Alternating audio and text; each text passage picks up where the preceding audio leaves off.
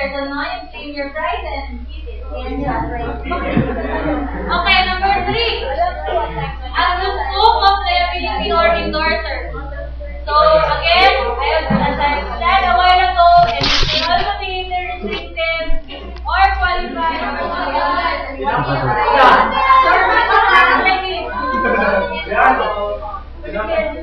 okay. So we talk from Lana. So we're going to explain all of this.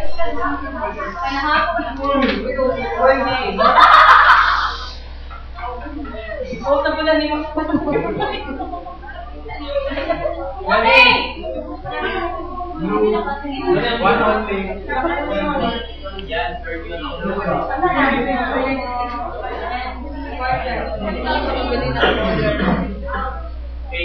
Classmate, I know.